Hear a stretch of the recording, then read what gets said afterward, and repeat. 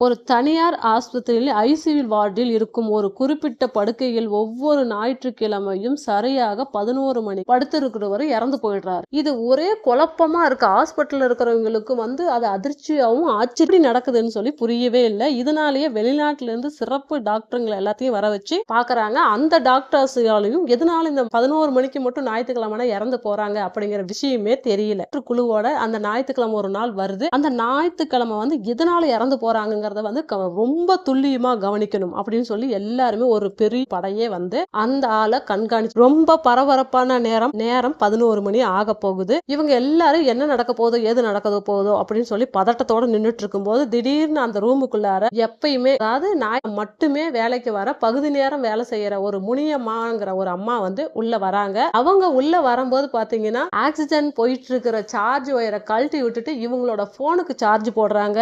இதெல்லாம் எதுவுமே தெரியல